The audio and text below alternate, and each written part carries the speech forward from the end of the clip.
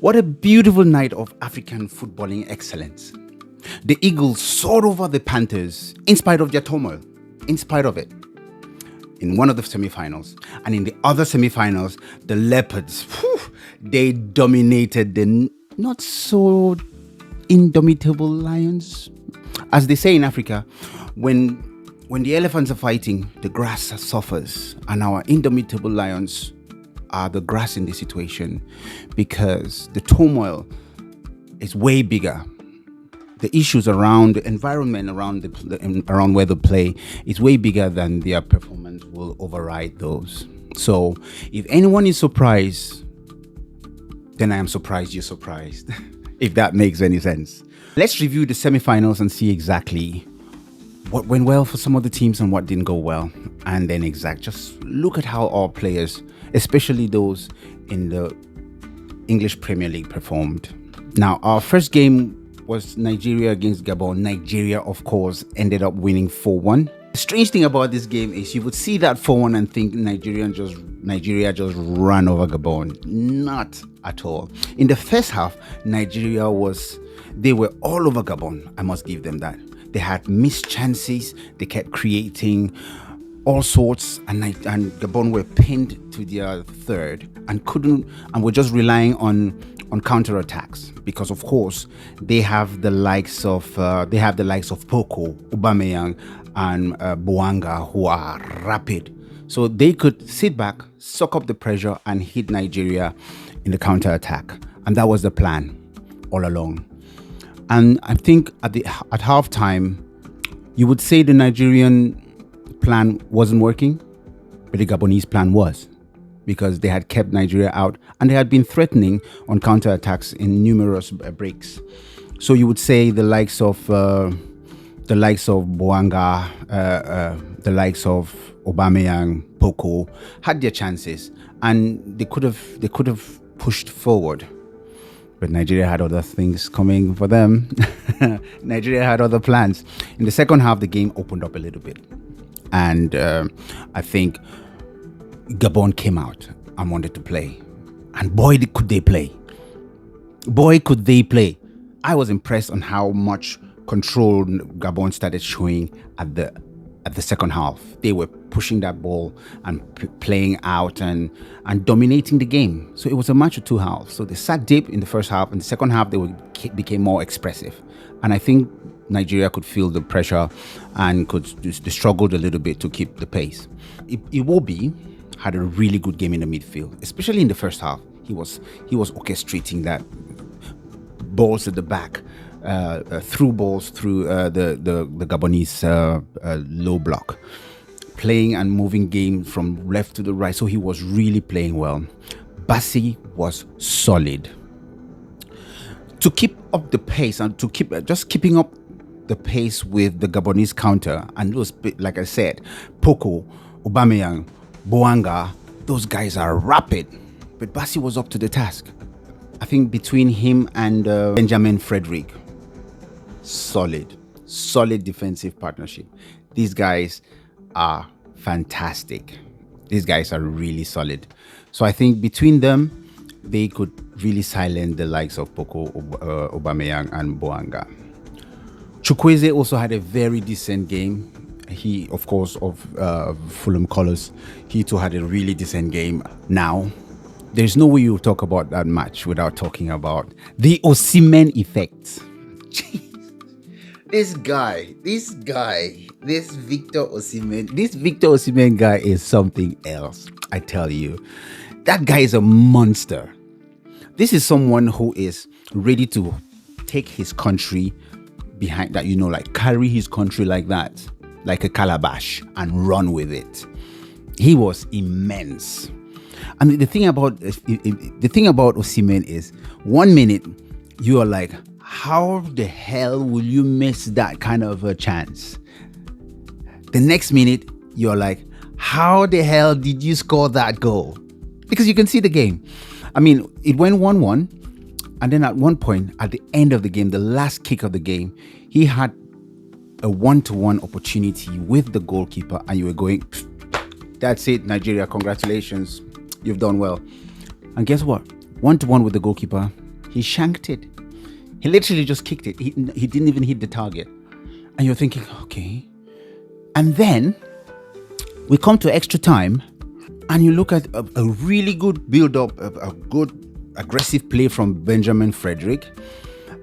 He wins the ball. He plays through Osimhen, and then Osimhen shoots. Of course, I know the goalie should have done better with that second goal.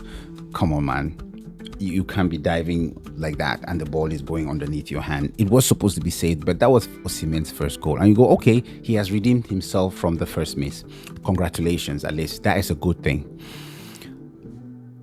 And then the antithesis of his biggest miss is him. The second goal he scored, just insane football. I mean, he is in the middle of 5 Gabonese defenders and midfielders. He just shrugs them away. He just pushes them away like, you guys get out of my way, get out of my way, get out of my way. You out this way, I'll go this way, this way. And then a cross goal shot to the second post. One of the best goals you will see. A best individual goals. The moment he had that ball, you could tell yourself that there's no chance. There's no way this guy is scoring this goal now. Where is he going? Where is he going with that ball? Amongst 5 players, he just, like they were not there, he just went poop, poop, poop, get out of my way, get out of my way, and bang, he scored. And of course, Nigeria deserved the win. Benjamin Frederick, that boy is solid. Jesus Christ. I mean, he is making assists after pressing and running through the midfield for Osimhen to score. He's making last-ditch tackles from Aubameyang, who is rapid, and he kept on with him and made a brilliant tackle to win. He was just great. He was just fantastic. That boy is class. Kudos to Benjamin Frederick. He is great. He is great. I don't know. I want to hear on the comment section, my Nigerian subscribers, Nigerian fans, what do you make of Lookman? He flatters to deceive for me. I might be wrong, but you guys must watch him more. But he flatters to deceive. The moment you think Lookman, he's going to take the game by the scruff of the neck and make something happen, he disappears. I was expecting so much from him. Is it just me, or is that what happens with Lookman? But I want to hear your thoughts and feelings on the comments section. Now, again, just like every other semi-finals, there was the VAR controversy. Was it a pull? Was it not a pull? Was that a penalty? Was that not a penalty?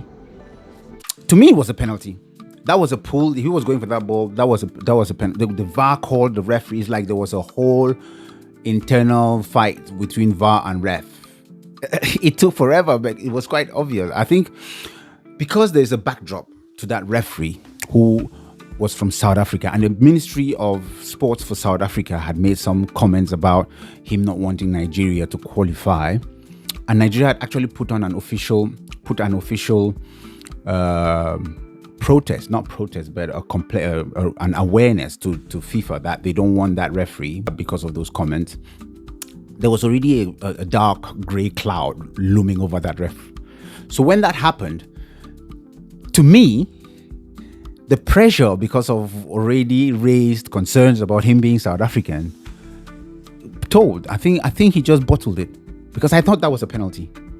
That was a clear pull. I can't understand how you go to the screen and not give that. But credit to him, he stood by his decision, and that's a good thing. So the first goal, I think the catalyst for that game, because it was quite cagey. Nothing happened in the first 70 odd minutes, and then of course Gabon decided to gift Nigeria their first goal.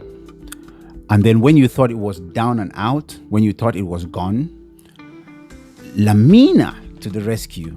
Who remembers Lamina? Remember Lamina played for Southampton, he played for Fulham, and then he played for Wolves before going to Turkey. He was the one who rescued Gabon for a 1-1 with a shot, a deflection, and a goal. So it was a beautiful, beautiful game. But I think Osimhen just went at extra time to go, you know what, I'll take over this stuff. I'll just take over this stuff, and I will just make it work for Nigeria. Nigeria deserved to win. The second semi-finals, Cameroon versus Gabon. Like I said in the intro, if DR Congo deserved the win, they deserved it. I mean, I am Cameroonian, and I would tell you honestly that it will never tell the story of a country in its state for their football to be thriving while the country is literally on its knees in every other aspect, in every other facade. Cameroon is going through some really, really dire times, politically, economically, socially, in every sense of the word. Do we deserve a thriving Cameroonian national team? Do we deserve a thriving Indomitable Lions? I don't think we do. And it's a shame that we say that. But I don't think we as a people deserve a thriving football. Yes, some people will argue it's an escape from a very difficult time. But for me, a country's structure and governance is reflected in how their national team plays. That's true. We can see Senegal, we can see Morocco, we can see the structure they have around their football. And I have a video that's coming out on this. You can see exactly how these countries thrive because there's a structure, and then underneath that structure, there is efforts to make a national team efficient and grow and progress. We had that in the early 90s, and in the early 2000s. We had that because we were just coming off the 90s World Cup.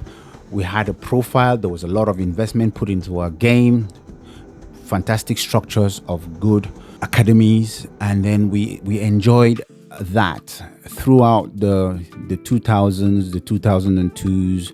Fantastic victories on the African scene, the great performances in the Olympics and all of that stuff. And then we went south, and we have been going south. And trust me, it's only going to get worse for Cameroon. And it's a shame. If the elephants don't stop fighting, the grass will burn. So the Cameroonian national team will get to a point where we will not even be able to qualify for African Nations Cup. So it is dire. Anyway, let's talk about the game.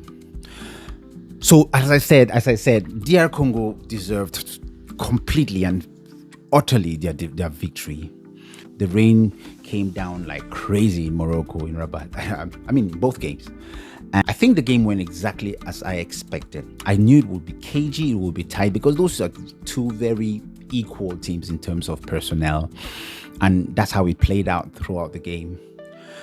I think there was so much reliance on Mbeumo to do a magic. And I think also we had the young attacker, Eta, who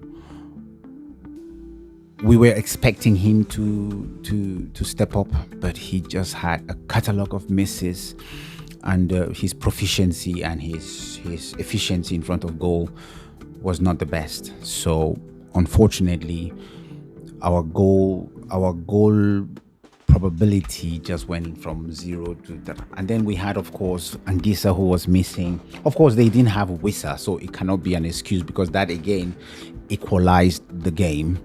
But yeah, I think we over-relied on Mbeumo, who did his best. I think Mbeumo was really good. He was making those runs. He was trying to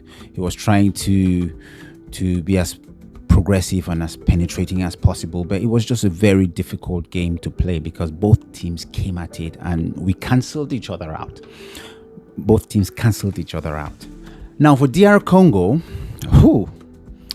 trust me, there's a partnership at the back. Chukwueze was solid. Him and Mbemba, that partnership. I mean, I think Mbemba was making some tackles that partnership is crazy. So congratulations to Chukwueze for having a really good game. Mbemba was tackling at the back, and he, of course, was the one who was scoring the goal at the last minute. So I think it was really great. I think they deserved their win. Masuaku did not even start. Of course, he wouldn't start over Mbemba, would he? Sadiki, from Sunderland, had a really good game. Like I said, the game was physical. There was a battle in the midfield that was crazy. And he's 20, but you can see he's tenacious. He covers every blade of grass. He was great. But I think the player of the game was Bongonda. Oh my goodness. That Bongonda guy is something else. He was fantastic throughout the game. He was fantastic. Yeah. I think, like I said, Cameroon had really limited options offensively. Abu Shushu came at the second half. Of course, he huffed and puffed, but like I said, the DR Congo defense was just solid. Man. Onana also had a great game because the Bongondas of the world were peppering our goal. So it was a really even game. And I think the two teams that qualified for the neutrals will give a fantastic finals on Sunday, which I will be doing a review, and I'm actually hoping to go live on that match. So I want to hear on your comment section. If you guys give me a thumbs up or just put 100 on the comment section, I will consider going live and streaming the finals. So let me know your thoughts about that. But that was something that I'm excited to do. So I want to hear your thoughts. Yeah. So looking forward to the finals, Nigeria versus DR Congo. That is going to be a really good finals. I think that is going to be the best outcome. I wouldn't want to say that I said so, but when I did the preview, I said so. Well, it was a good show of African football. I hope you enjoyed this. Let me know your thoughts, comments. For those watching from England who support teams like Fulham, like Brighton, like Sunderland, you should be very proud of your players. They represented your countries really well. Anyway, thank you very much, everyone. Thank you for watching. Merci beaucoup. Au revoir. Thank you. Asante. Shukran. Bye.